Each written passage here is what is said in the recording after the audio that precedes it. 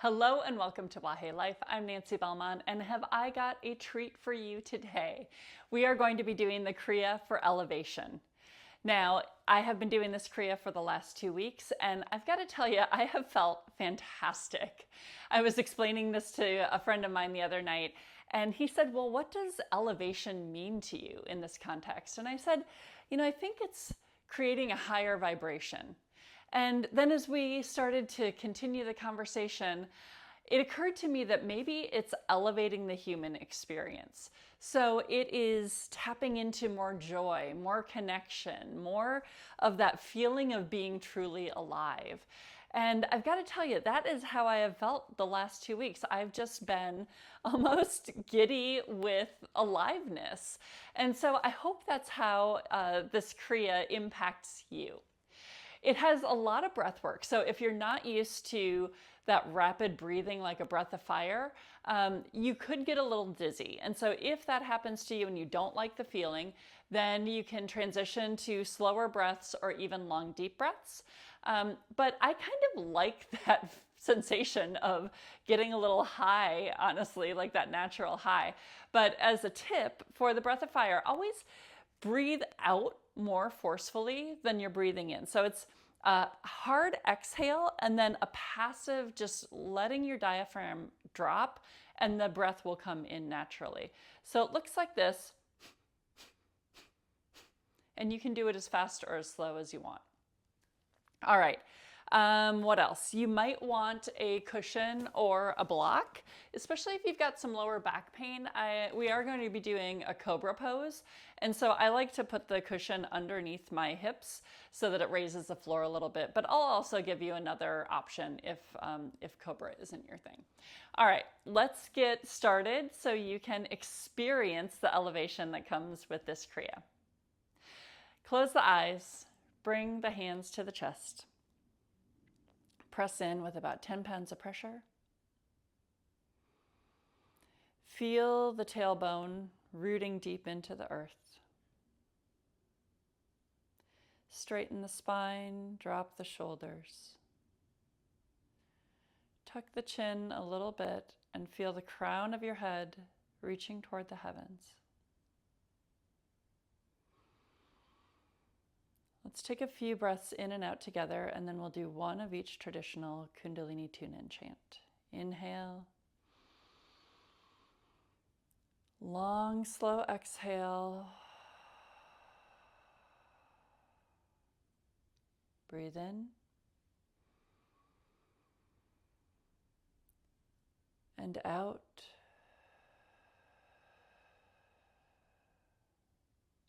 Another in. And let it go.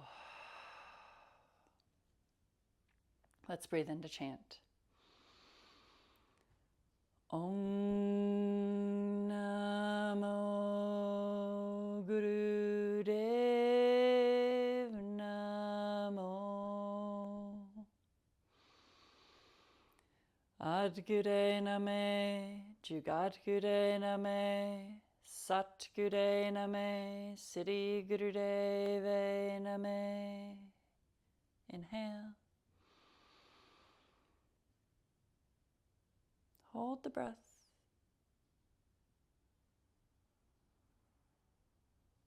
Exhale. You can open the eyes. All right, let's get started with an ego eradicator. So you're bringing your arms up to a V. Your thumbs are like plugged into the heavens, shoulders relaxed down from the ears.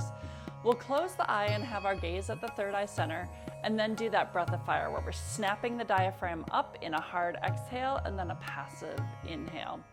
Here we go.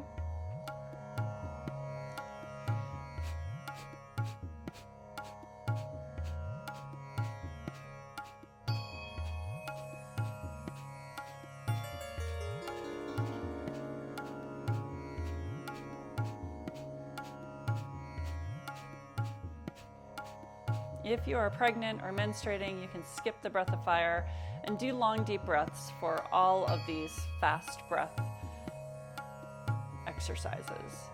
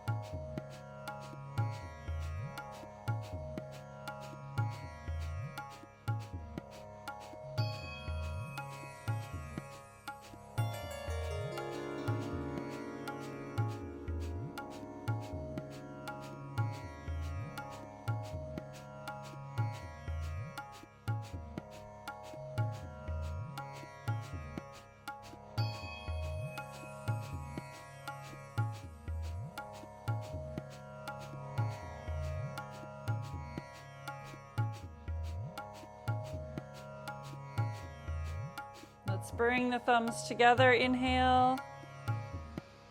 Open the fingers. Stretch up. Exhale, bring the arms down. We're moving right into a seated cat-cow or spinal flex. So you inhale as the chest comes forward and exhale as you round and curl your spine. As you are shining your heart, also open the throat.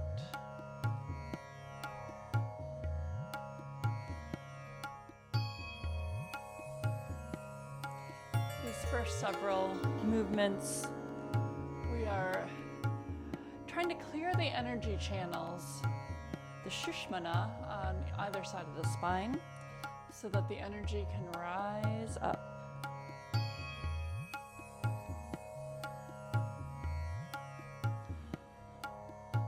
Try to keep the shoulders above the hips.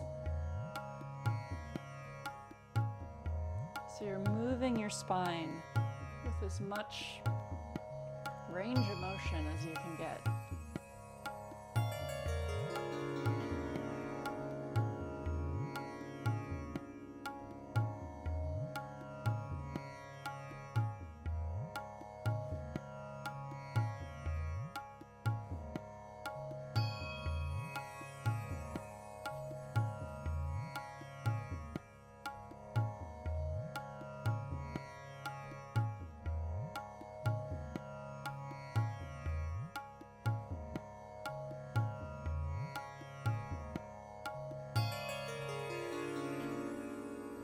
Inhale, straight back. Exhale, open the eyes. We're bringing our fingertips to the front of our shoulders. The arms are parallel to the floor. And we'll inhale left and exhale right. All right, here we go. Inhale, exhale, inhale, exhale. Close the eyes. If you've got any back injuries or issues or even shoulder problems, you can do this either much slower, or even if you need to, you can close the eyes and imagine that you're doing this movement in your mind's eye.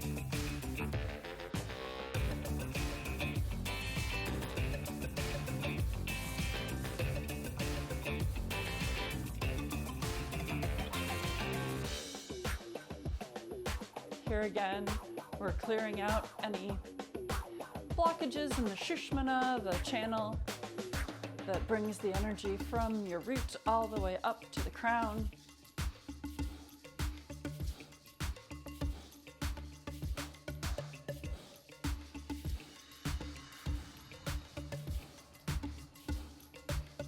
You want your back nice and straight, and you're moving from the middle back and upper back.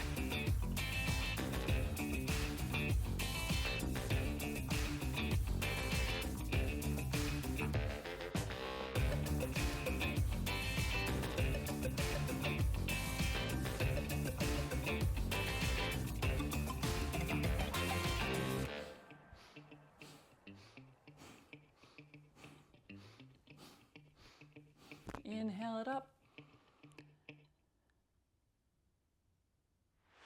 Good, exhale down. Whew. You feel that? All right, open the eyes. We're coming into a forward fold with the legs out in front, so flex the toes back toward you. If you're able to hold on to your toes the whole time while you come up and down, do that. I am not a big fan of that for myself, just because I don't have that flexibility. And I feel like I just get a little bit better range of motion when I don't hold my toes. But if you can, more power to you. The important piece is here to keep a straight and long back. So you don't want to be curving like this. I know you can get lower to your shins if you do that, but you want a long, flat back.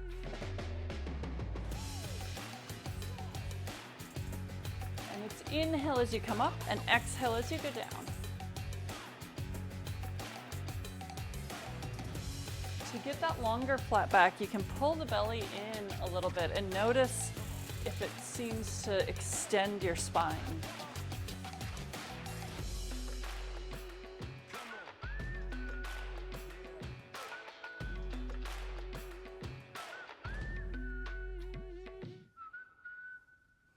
Inhale it up. Good. All right, now we're doing a variation on that.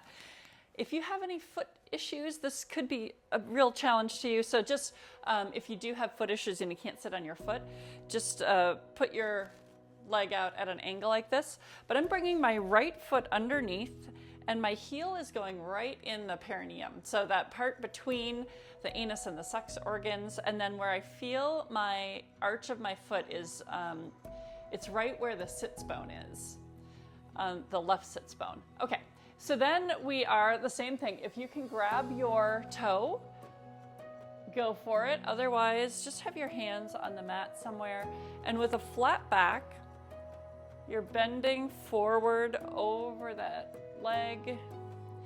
And I don't know about you, but for me, this is fairly uncomfortable. I can feel like the connection point almost of my hamstring. And so it feels like a much deeper stretch. And what I like to think about here is, we're doing this Kriya for elevation. Where am I hamstrung, right? So there's a lot of hamstring stretches in this Kriya. And so where in your life are you feeling hamstrung? And maybe if you can connect with that, you can start to let that go. And I think that will also help us all feel more elevated if we can let go of those things that feel like they're just pulling at us and holding us back.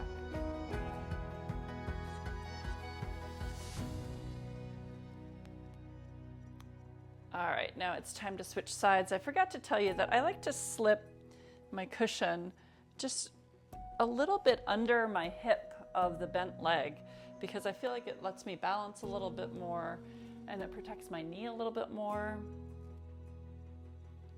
So if you don't have a cushion, you can try folding your mat under. So just give you a little bit of rise on that hip.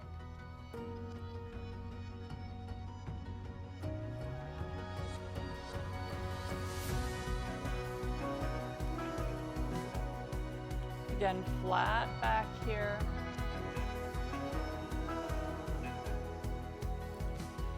Exhale down and inhale up.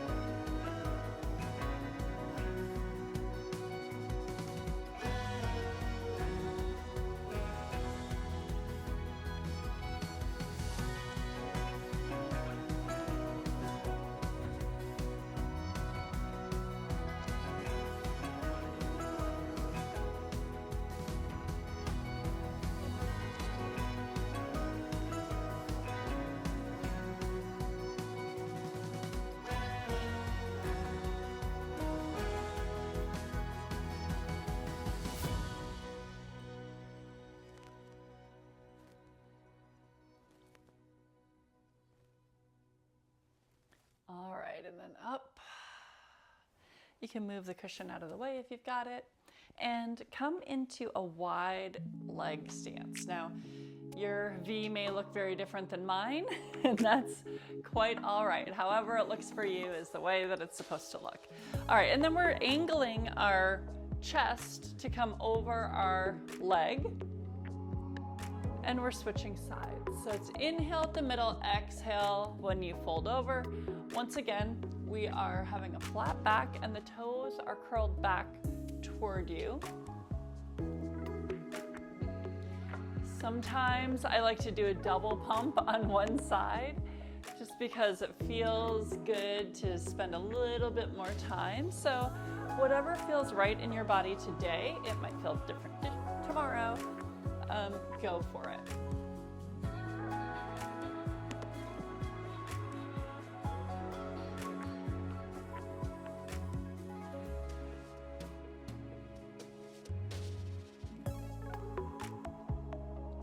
All right, now let's come to the middle.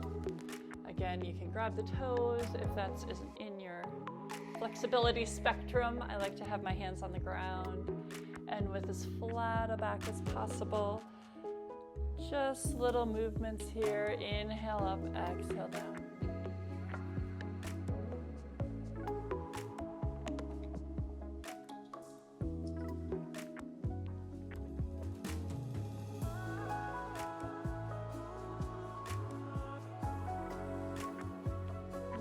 Notice that as you continue to do this practice, your flexibility is going to get better. So just go to the edge, but not beyond, and then you'll notice that your edge keeps moving. All right, let's come on up. Now here's where we're moving into that cobra. You may want to put something under your hips if cobra is a challenge for you, as it is for me, because it gets me in the lower back a little bit. So you're coming like this. If this still doesn't work, you can come down to a sphinx on your elbows and try it like that. But here's the full pose. We are doing breath of fire with this. So push into the hands, shine the heart, and breath.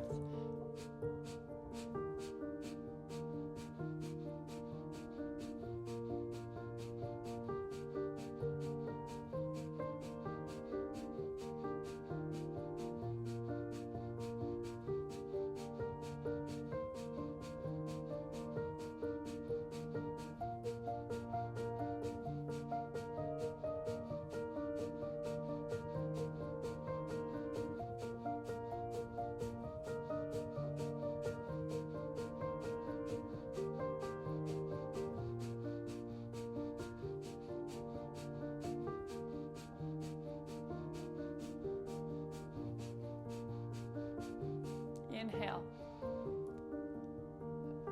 Remove the cushion if you've got it and just come down to the belly.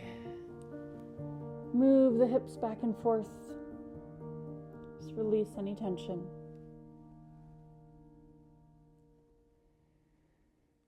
All right, let's pop right up. Come back to your cushion if you got it. This is my favorite part. It looks goofy, but it feels so good. It's a little challenging, but it just releases all of the stress in my back and my shoulder blades. So what we're going to be doing is inhale, the shoulders come up, exhale, they drop. But we're doing it quickly with that fast breath. So here we go. So again, it's a stronger exhale than inhale.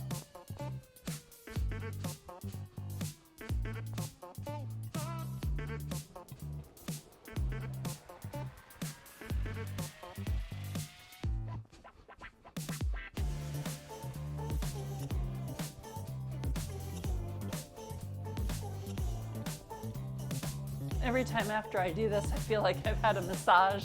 It's like working all those little muscles back behind the shoulder blades.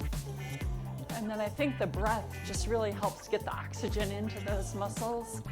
So it's one of my favorite things.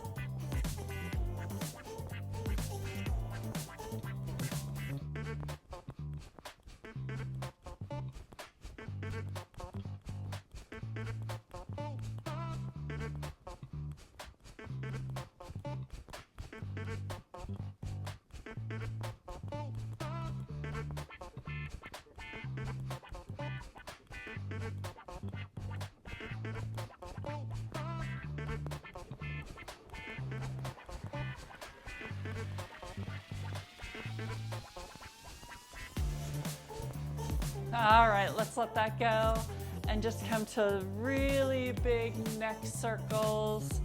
Feel the throat area opening up with these neck circles. If you've got any issues with the neck, you can do more of like a figure 8 with your nose or half circles. Just be really gentle here.